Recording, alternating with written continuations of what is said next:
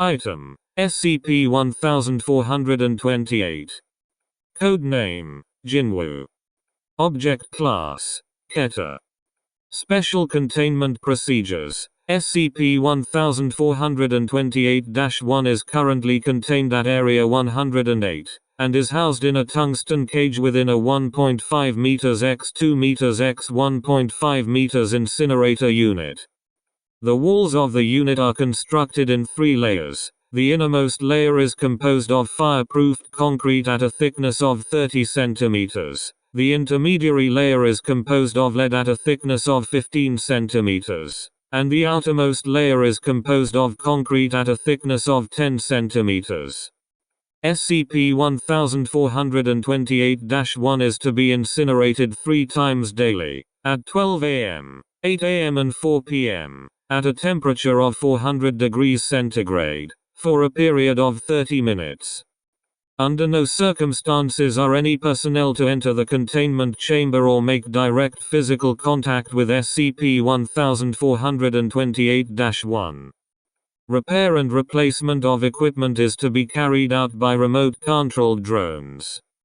The chamber is equipped with dosimeters to detect whether SCP-1428-1 has entered a passive state. If this occurs, contingency fusing A is to be implemented.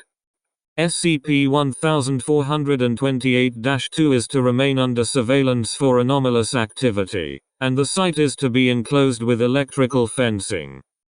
Any civilians that approach or attempt to enter the site are to be detained, interrogated and administered Class A amnestics. Personnel are to report if the object in the statue's third hand moves or regenerates.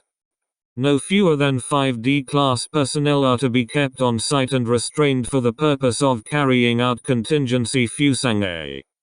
Description: SCP-1428-1 is a creature that superficially resembles Corvus macrorhynchus. It is tripedal and does not possess a cloaca. The third leg has been observed to remain tucked up under its body unless it enters an active state. It does not need to eat, sleep or breathe, does not age and suffers no physically adverse effects from prolonged exposure to extremely high temperatures or radiation.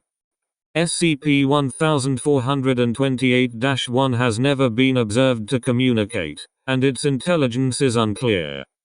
SCP-1428-1 has 3 states: inert, passive and active.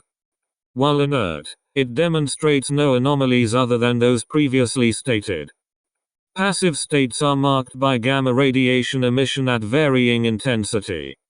There is no clear consistency in the charge of the radiation over time, generally ranging from 5 to 90 Wm2, but occasionally reaching levels of 150 Wm2. The energy ranges from 1 to 1.5 MeV. During an active state, SCP-1428-1 will produce plasma and thermal energy consistent with the solar corona, coupled with a burst of gamma radiation at an exponentially increased intensity. Recorded charges have been as high as 340 Wm2 with 20 MeV. While the thermal effects of an active state persist only for an instant, and are confined to the immediate vicinity of SCP-1428-1, the sheer magnitude of the release invariably results in catastrophic damage. Following an active state, SCP-1428-1 will begin to emit aurora bands consistent with solar radiation. These bands appear to induce a compulsive effect in human observers, causing them to attempt to approach the source of the aurora. Individuals under the influence of this effect are completely unresponsive to external stimuli, and will perform no action other than approaching the aurora. The bands persist for approximately 1 full day after the active state has ended. While SCP-1428-1 is in a passive state, it will enter active states once every 3 months, median, unless exposed to external combustion at an intensity of approximately 400 degrees centigrade or greater, which will cause it to become inert. While physical contact with the SCP-1428-1 is possible, any attempt to physically harm it, other than incineration, will result in an active state. SCP-1428-2 is a temple or shrine located in the province of China, approximately km north-northwest of the site where SCP-1428-1 was discovered. The site was constructed in approximately BCE, and contains religious text and iconography inconsistent with the region. The most significant of these inconsistencies are a ritualistic form of human immolation, and the presence of an entity known as redacted. This entity is a three-armed humanoid, and is featured in numerous designs throughout the site. The majority of these designs depict what appears to be SCP-1428-1 perched on the entity's shoulder. A 0.5 m x 1.5 meters x 0.5 m jade statue of redacted is located at the approximate center of the site, and the entity holds an object in each of its hands: the Earth, the Sun, and a partially burnt 2. Data expunged.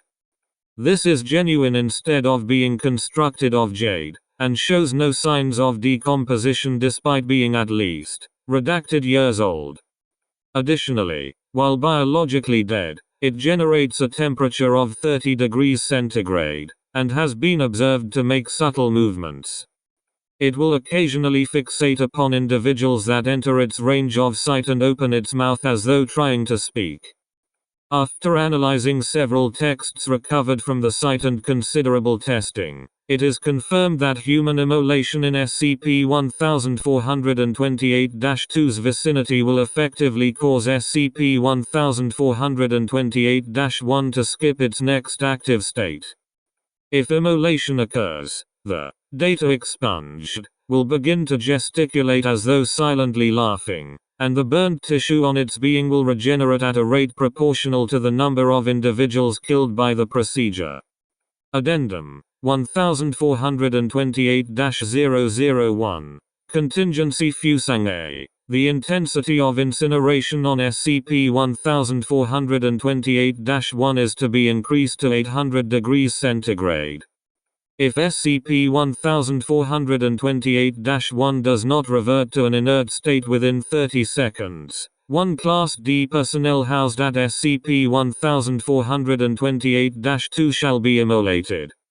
Subsequent personnel may be immolated as necessary. Addendum 1428-002. On redacted. The object in the statue's third hand modified its orientation of its own accord and began to fixate upon the approximate location of Area 108. Its position has not shifted since the incident, and no other anomalies have been reported. Document SCP-1428-A5. Emergency Containment Review. Redacted. Begin recording. 8:45 a.m. Redacted. Dr. Adler. This is Dr. Adler, presiding over this emergency meeting regarding SCP-1428 on redacted at 8:45 a.m. Dr. Albert, we need to amend Fusang A. Dr. Adler, what do you mean? Dr. Albert, I've just been meeting with the anthropologists at SCP-1428-2. We need to stop burning D-Class. Dr. Adler, we've been over this. Dr. Albert, no, listen to me. The crow is not the real problem. Dr. Adler, seems like a pretty big problem. Dr. Albert, there's a reason why it hardly responds to anything we do. It's effectively on autopilot. Dr. Adler, autopilot? Dr. Albert, as long as redacted is dead, or asleep, or whatever, there's nothing to give it directions. So it just flies around and leaks radiation everywhere.